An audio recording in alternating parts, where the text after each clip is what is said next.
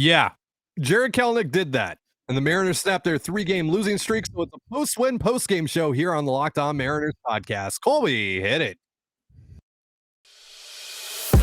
You are Locked On Mariners, your daily Seattle Mariners podcast. Part of the Locked On Podcast Network, your team every day. It is Wednesday, April 12th, 2023. This is Ty Gonzalez and Colby Patnode for the Locked On Mariners post-game show brought to you by FanDuel. Make every moment more. Visit FanDuel.com/LockedOn today to get started. Thank you so much for making us your first listen after the Mariners game. Subscribe, like, and turn on alerts if you're watching on YouTube, or subscribe and leave a 5-star review on your preferred podcast platform if you like what you hear. And if you want to hear from us even more, please consider signing up for our Patreon by scanning the QR code right above my head. The link, as well as our social accounts, is also in the description of this episode. And the Mariners are back in the win column, baby, with a 5-2 victory over the Cubs this afternoon. They avoid getting swept on the back of a strong outing from Logan Gilbert, some timely hitting from the top of the order, and about nearly 1,000 feet worth of back-to-back home runs off the bats of Teoscar Hernandez and Jarred Kelenic. And before we get into what I assume, Colby, is going to be the thing that everyone wants to talk about, which is Kelenic's Mammoth home run, the longest home run recorded at Wrigley Field in the StatCast era. Let's just talk about this win overall, what it means for the Mariners after 3 consecutive devastating losses. Your thoughts? It was it certainly was a pretty fun game. It was kind of Mariner-esque in a way. It was a very close game all throughout. And then the Mariners finally jumped on the dumpster fire that is the Cubs bullpen. Look at the names in that bullpen. That bullpen is an absolute, it's one of the worst units in baseball, and you couldn't touch them until today. So, yeah. But I think, the first thing that Mariner fans were interested in when they tuned into this game was probably to see Logan Gilbert's fastball velocity. You guys remember at the end of his last start, he was 90, 91, and just nothing near the strike zone. And there was a lot of speculation that he was hurt. But he said that it was just, a mechanical issue, and the Mariners and Logan essentially refused to talk about it as anything else than that. So it was certainly interesting to see what his fastball velocity was going to be like today. And while he never, touched 97, 98, like we know he can, he was 94 to 96 pretty much the entire day, including in the 7th, in his last couple hitters. So that is good. Everything appears that everything that we saw would indicate that, Logan was right. It was a mechanics issue, which, when you have as long of levers as Logan Gilbert does, if that gets out of whack, that can affect everything from control, command, and velocity. So it was nice to see him get back on track in that regard. And he was really good today. First 2 guys, get hits and you're like, oh boy, here we go. But, he managed to find a way out of it, only gives up the run, limits the damage. And then he goes on to, retire the next 9 or 10 guys before he gives up his next hit. And he mostly cruised after the first inning, ran into a little bit of trouble there in the 7th. And Matt Brash came in and cleaned that up with a big assist from the home plate umpire, who was absolutely horrible today. Oh my Lord. Terrible. Terrible awful stuff. All series, the home plate umpires in the series were terrible, but today it was especially bad. But yeah, Gilbert was great. We saw a little bit of everything. We saw some nice curveballs actually too. We saw the fastball velocity where it needed to be.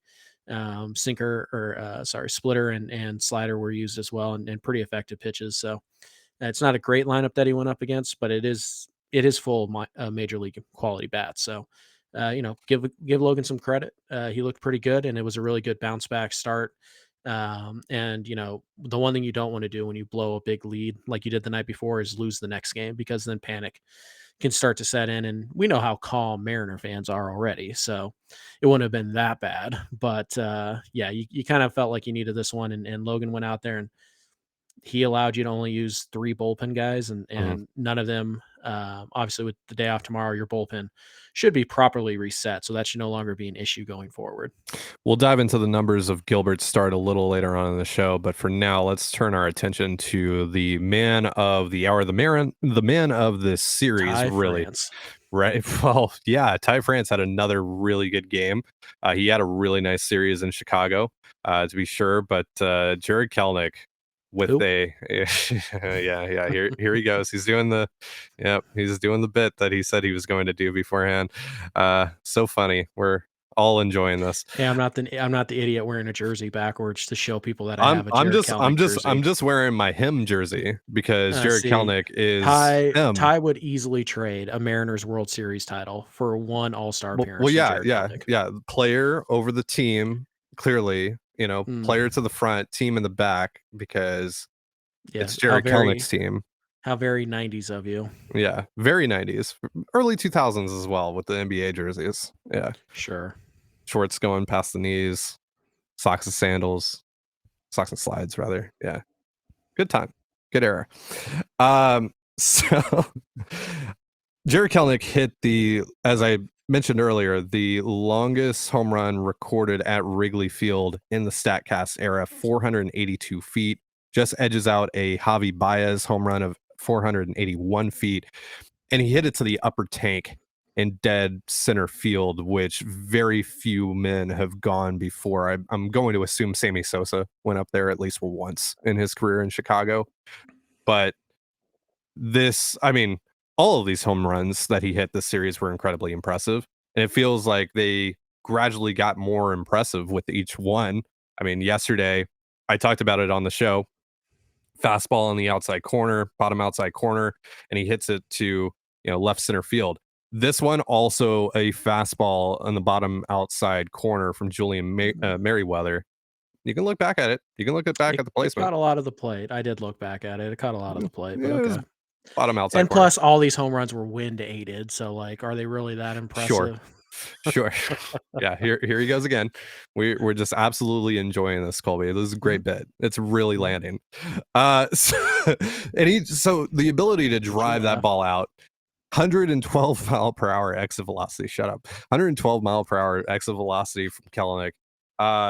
Just a ridiculous home run, and it's gotten people outside of the Mariners spheres talking. We were seeing Jeff Passan talk about it. Pretty much every major baseball outlet or personality out there is talking about the Kelenic home run, and they're starting to buy in here a little bit on the bounce back from Kelenic. So, talk about the home run. What was your reaction when you saw that thing leave the ballpark?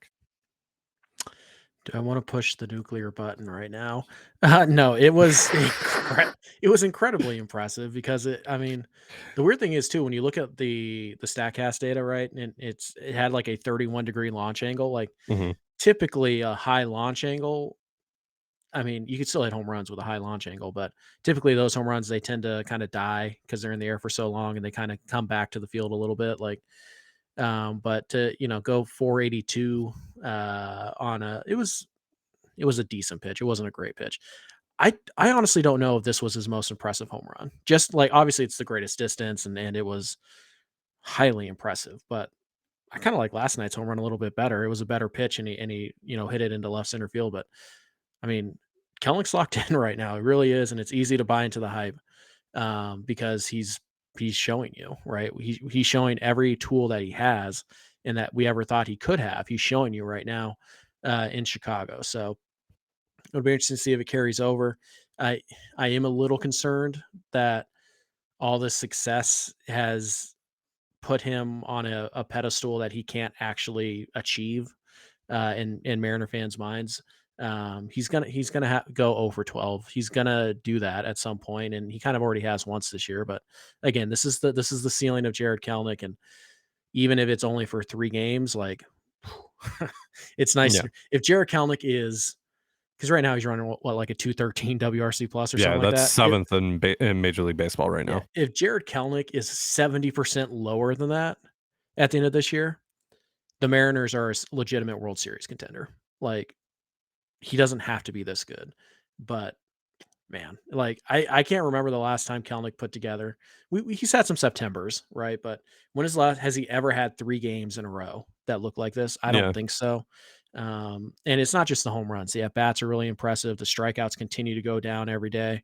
He continues not to chase pitches. That's really important for him. And he continues to not let, subpar outcomes kind of dictate the rest of his afternoon. He had to strike out, with the bases loaded, and I think last year Kelnick, that would have really been hard for him to overcome, and this time around, didn't have a particularly great day up until the home run. Had a hard hit single, but a couple spots where he didn't get the big hit, and then he just comes up and nothing phases him. It really is impressive, and it's hard to know how much the mental side of things is factored in here. But he seems Mhm. to be he's in a really good headspace, and he's really in a good spot with his swing. So it's incredibly impressive. There's just really no way to deny it, and just relax a little bit. He's going to come back down to earth at some point, but for now, ride that ride, baby, because it is a fun one. Yeah, he's definitely put the league on notice, Mhm. and now we're going to see the adjustments Yep.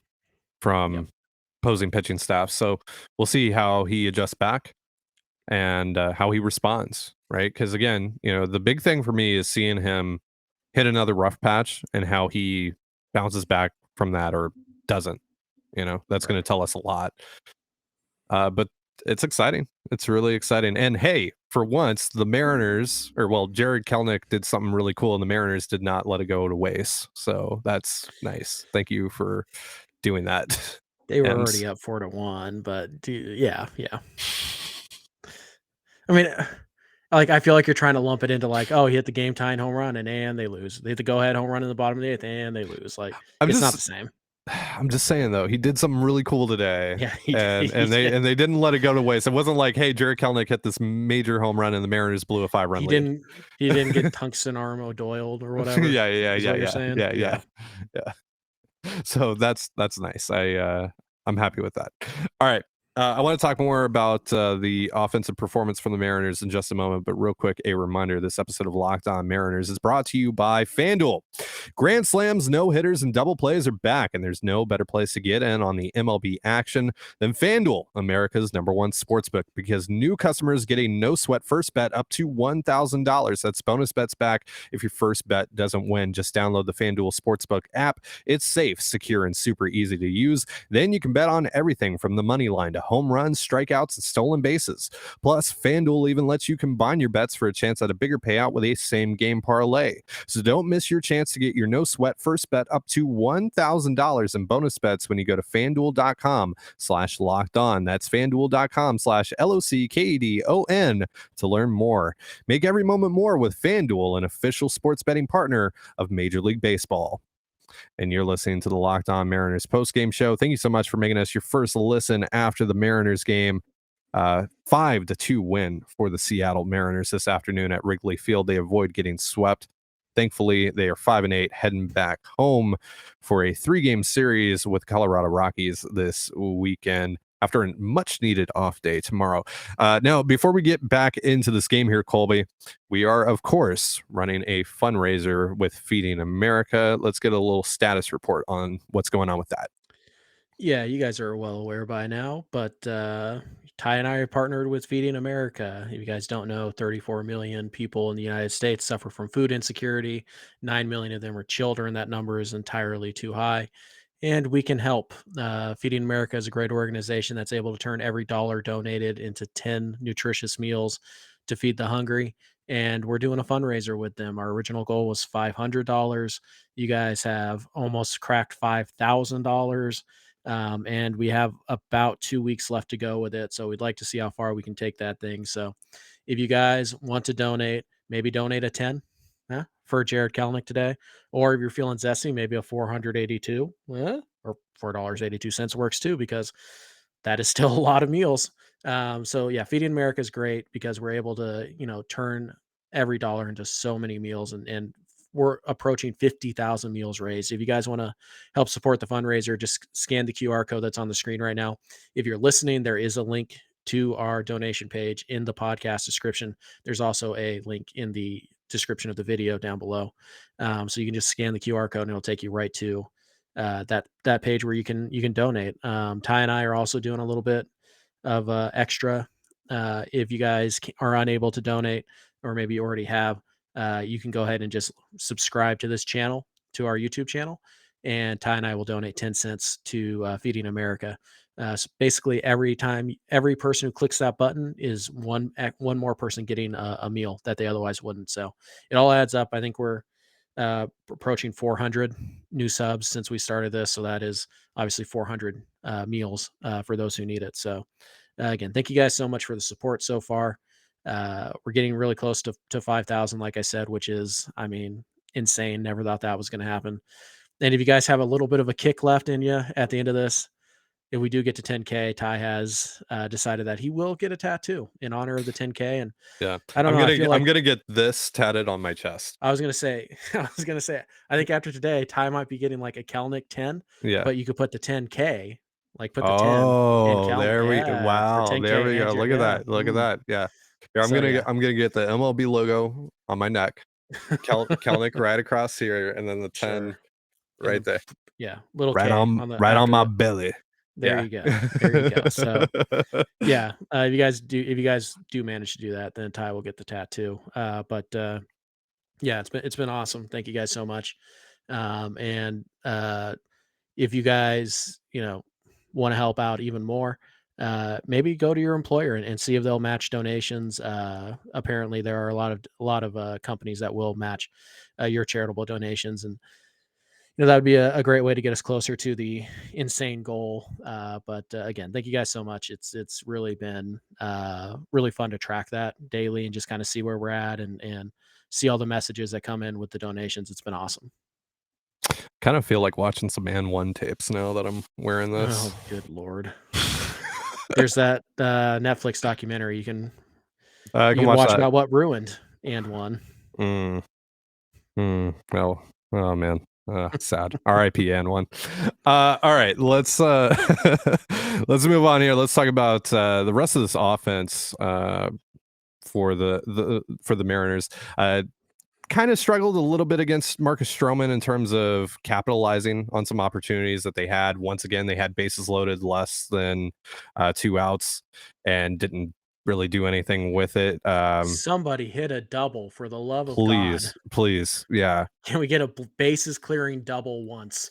That would be really nice. That would be my preference for sure. Yeah. I mean, or grand slam. Either one's acceptable. Or grand slam. I thought maybe Jarred was gonna do it when he stepped definitely up. crossed my mind. I was like, Yeah. oh my goodness. Yeah, if he does this, yeah. But we had no idea what we were about to witness from him a little bit later on in that game. But yeah. Teoscar Hernandez had a really nice day today. Yeah. A couple of hits, including a mammoth home run that was overshadowed by Kelnic's right after the very next batter. But Teo just destroyed a baseball against his former teammate in Toronto, Julian Merriweather. That ball got to like the second to last row in left field. Pretty impressive home run. Fastball near the top of the zone. Just destroyed it, just like he's supposed to. So really nice to see out of Teo. Julio started off poorly again. He was at it was a rough time in Chicago for Julio. He got to 0 for 11 before getting his first hit of the series, and he ends up going 2 for 5 today. So that is nice to see him get on base a couple times. Right. Got thrown out trying to steal second on a weird slide where he got his left arm hooked on the foot of Nico Horner. And yeah, you can hear me rant about that on CTZ. That's a stupid rule, but whatever. Yeah. Well, I think it's also like that's supposed to be called like as interference or something, and it just wasn't. Should be. Yeah. You get the only base you can block without the ball, or the only base you cannot block without the ball is home plate. That makes sense. Yeah. Cal Raleigh went 0 for 3 today. Did have another hard hit ball though. He struck out. He walked. But Ty France was the other star of the day for the Mariners. He goes 2 for 4 with a rib and a walk. This is just what Ty France does, man. His batting average is now up to 357. He's the team leader in that category, just 6 points above Jarred Kelenic. France just continues to look like the dude we saw last first half, and it makes me just hope and pray here that he can stay healthy for once, because if we can get a full season, Ty France doing something even just close to this, like 80% of this, that's a massive boost for this offense and should allow for more consistent production out of this offense, in theory, at least. So Right. It was a weird series for Eugenio Suarez. Had a couple big hits. he Looked also had some okay. dreadful at bats in the series. His last three at bats today were awful, Yeah, and the last two he had last night were terrible. Like just really bad. non-competitive whatsoever. Seemed like Three he checked out. strikeouts. Yeah. Yeah, I mean 3 strikeouts today. Yeah. So Gino, as we know, is a streaky hitter, so this isn't all that surprising. But obviously, if Gino goes from being a hot hitter to a ice cold hitter, like he's kind of made that transition right now, you need somebody else to step up. And right now, it looks like Kelenic and Teo are kind of leading that charge on the Hmm. other end, and obviously Ty France continues to be really solid. Yeah. And for all the hand wringing of Teoscar Hernandez after the first week or whatever, sure didn't take him long to get that batting average back up over 200. It's now 214, which again, not good. Nobody's saying that's good enough. But considering it was at like 063 when they Yeah. started the road trip. And also given given the way that stats act around this time of year at the start of the season, Yeah. he gets a couple more hits on Friday and that average probably goes up to like 250. Yeah. And he's So hitting the ball hard pretty regularly too. Even the outs are starting to be, hard, loud outs. So Teo's yeah. starting to round into form. Um, you know, pretty much everybody contributed at some point today, with the exception of Cooper Hummel and Colton Wong. Yeah, not a good day for Colton. One of his strikeouts, of course, heavily assisted by the Oh man, terrible home plate umpiring. Found himself in an 0-2 you hole when it should have been 2-0. yeah, you Um, should never strike out when the pitcher throws you one strike, and yeah, you only swing at one pitch. yeah, Like obviously not when it rains it pours. And Colton Wong, he had a couple hits in the series, but yeah, he's really struggling. And then the DH spot continues to be kind of a nothing. black hole for the Mariners. But Just hit AJ Pollock against righties, please. Can you just try it you're more than telling me, once? man. Can you Yeah, just try it more exactly. than once? Please, just do it. Just see what happens, because you're not getting anything out of Cooper Hummel and Tommy La Stella anyway. So who cares if AJ Pollock goes 0 for 4 or 0 for 5? Yeah, it's the Who same thing. cares? Who cares? And if there's a really tough right-hander coming in from the bullpen and you don't think Pollock has a good shot, you have Tommy La Stella on the bench, who you're still carrying for some unknown Inexplicable reason. reason. Yeah. Yeah, so but, today, look at Ty trying to drag us to the negative side. Right. Today's a positive day, the Mariners won. Hmm. It's crazy how close the Mariners came to going 6-0 on this road trip. Like, it Yeah. was right there to go 6-0, and if even one of these games that they lost goes the other way, which they all could have, um, we're feeling really good, we're flying high, we're heading back to Seattle, and everybody's feeling great about where the team's at, and that's baseball. They're not winning the extra inning games so far this year. They're not winning those one-run games so far this year, and Hmm. and that's the margin right now. So, but yeah, I do think that they are playing better baseball than they were a week ago, even if the record doesn't quite show it. But Yeah. things do appear to be getting better in Seattle, and we're also finding some dudes out in that bullpen. So, yeah, Justin Topa, another great inning today. yep. I mean, Topa and Spire have essentially replaced Swanson and Diego Castillo, who we'll talk about, I'm sure, at some point, but Yeah, maybe not. tomorrow. Yeah. Yeah. Um, yeah. So, overall, really nice day for the Mariners. Got to feel good about getting this win. And Mhm. I mean, just for morale's sake, I mean, look, in April, there's no such thing as a must-win game, but this kind of felt like you needed to win this game just for morale's sake, just Just for to vibes. yeah, just for vibes, get back on the right track. Head to Seattle, Sure. not feeling too down on yourself after the way because when you lose in the fashion that you did the last 3 days, it's going to be hard to come to the ballpark smiling because Right. that's rough. You think it's rough for us as fans. Those guys definitely did not enjoy losing that way either. The No. last 3 nights. No. So yeah.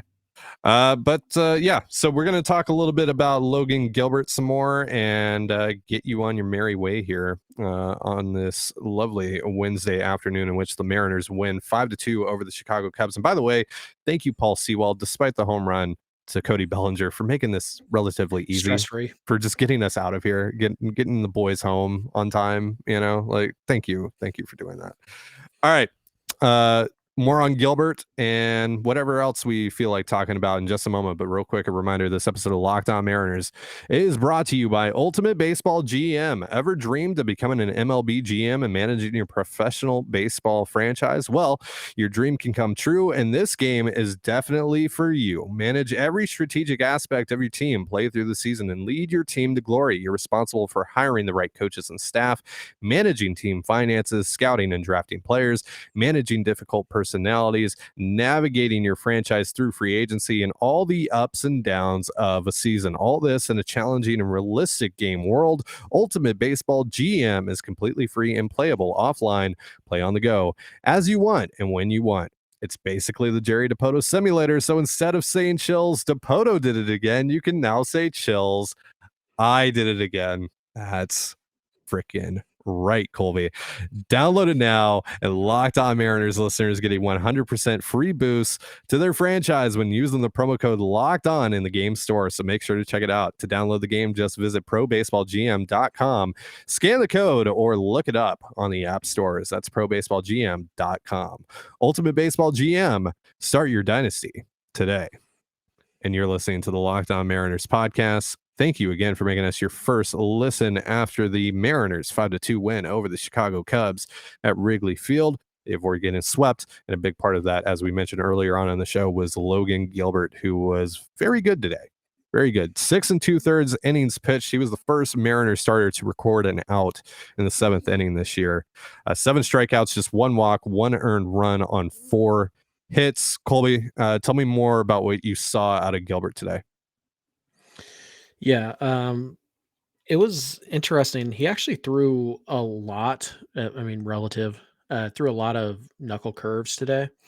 And while it wasn't a fantastic pitch for him today, it wasn't awful. It was usable. He threw a little bit more than a get me over pitch, which is generally what it's been. Only 1 whiff on it, but he did get 3 called strikes as well, and just 3 foul balls. So 4 balls put in play. Um, Nothing too wild about that pitch, but he did throw it enough to kind of put it in the back of the mind of these Cubs hitters. But the real star of today was actually the fastball slider combo. It was more of a old school Logan Gilbert. The splitter didn't get a ton of plays. He only threw it 11 times. Didn't get any whiffs on it. Didn't get any called strikes on it. So not really a great splitter today, but didn't need it. The fastball was definitely good enough. 6 whiffs on the fastball. And then the big number, 4 whiffs on 11 swings on the slider. He also threw the slider for a called strike 8 times, which is huge for Gilbert. If you can threaten the strike zone with his breaking stuff, hitters have to respect it, which means that they're going to be a half second later on the fastball than they ordinarily would be. Gilbert in the past has really struggled to throw his breaking ball for strikes. He's relied on guys chasing it to get value out of those pitches. Today, he was able to do both. He got them to chase it, and he got them to chase it largely because he showed that he could throw it for a strike. He could flip it in the strike zone if he needed to. So it was a really good day for the fastball slider combo, and that's really all Logan needed. But he did mix in, decent knuckle curve today. Splitter, again, just didn't really have it. Whatever, it happens. I don't think it's all that concerning. So, it was just a good outing, good solid outing, threw a lot of strikes, started ahead of a lot of guys. It was just kind of classic Logan Gilbert. And that's great to see. My favorite part of the start for Gilbert was, I forget which inning it was. It was later on in his appearance, but it was against Patrick Wisdom. He had him 0-2, and he threw a borderline pitch. Started his strut, but it was called a ball. It's a little frustrated. You could see it visibly, but he comes back on the mound, fires a fastball right past Wisdom for the strikeout, does a strut, all that. You could tell that he was feeling himself a little bit today. Okay. Yeah. So that was good to see. It's interesting is the spin rates on his fastball and his slider today were actually down. But the spin rate on his curveball actually spiked pretty significantly. He was spinning that really well today. And then, part of the problem with the splitter is that he was also spinning it a little too much, and the splitter, change up, whatever, those pitches you really want a low spin rate on. And today Gilbert's split had a little bit higher of a spin rate. So that might explain why he didn't get as many whiffs as you would like on that pitch. Also, it was a pretty right-handed heavy lineup. So Gilbert was really good today. There's just no way around it. And 2 of his 3 starts, he's been fantastic. And then the one that he struggled in, he just lost his mechanics, and that happened. So, it was a frustrating series, but Luis Castillo and Logan Gilbert both continue to look fantastic early on. Mhm. And that's a big deal while you're waiting for Robbie Ray. And you just hope that Marco and or Flexen doesn't blow up every time through the rotation. It's a little bit of a bummer for Flex because he was pretty good in his first 2 outings, and then yesterday he was just trash. So Yeah. we'll see. But Gilbert, thankfully, able to go 6 2/3. And like I said earlier in the show, essentially reset the bullpen with the day off tomorrow. They're not going to be short on any arms. Everybody should be available, including Penn Murphy, who thankfully did not have to pitch the last 2 days. Mhm. So that certainly is a nice little rest for Penn Murphy. And of course, the big news today, Darren McCacken called up. So congratulations. Yeah. Congratulations to the Darren McCacken guy in the comments. I'm sure this is the best day of your life today. So enjoy it. Soak it up.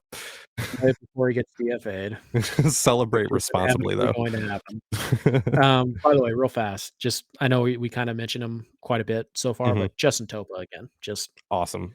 Really cool. Yeah. Dude has been a find so far. And obviously everything we talk about in April is so far.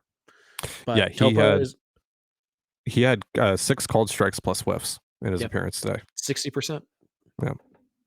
Really good stuff. Really good stuff out of Justin Topa. The max exit velocity against Topa today, 79.5 miles an hour. What can I say, man? A lot of ground balls. Chills. DePoto did it again. At what point did the Mariners give us a royalty for that? Yeah, they did use it. I see them use it. They've been using it. They used it to prove a Jerry DePoto point. It was very clearly like, look at Jerry finding these guys out of nowhere. It was very clearly that. So come on, guys. Yeah. I think the very least the Mariners can do is donate to the Feeding America fundraiser. There we That's go. all I'm saying. There we go. I mean, do it. Do it. What is $482 to the Seattle Mariners? A team that made $81 million. No, we're not. Yeah, we're not doing that. All right, that's going to do it for our show. Thank you so much for joining us here on the Locked On Mariners podcast. For Colby Patnode, I'm Trident Gonzalez. Be sure to give us a follow on Twitter at @LO_Mariners. You can follow me at Dane Gonzalez, that's DANE, GNZLZ, and Colby at CPAT11, that's CPAT11. Follow us on Instagram and TikTok as well at Locked On Mariners. That's one word, Locked On Mariners. You can also find all that stuff in the description of this episode. And thank you again for making us your first listen. Now, for your second listen, check out Locked On Fantasy Baseball. Win your league by listening to Matt and Dom every single day as they bring you the best fantasy draft strategies. It's free and available wherever you get your podcasts, just like us. Part of the Locked On Podcast Network, your team every day. And with that, have yourself a beautiful baseball day, and we'll see you tomorrow. Peace.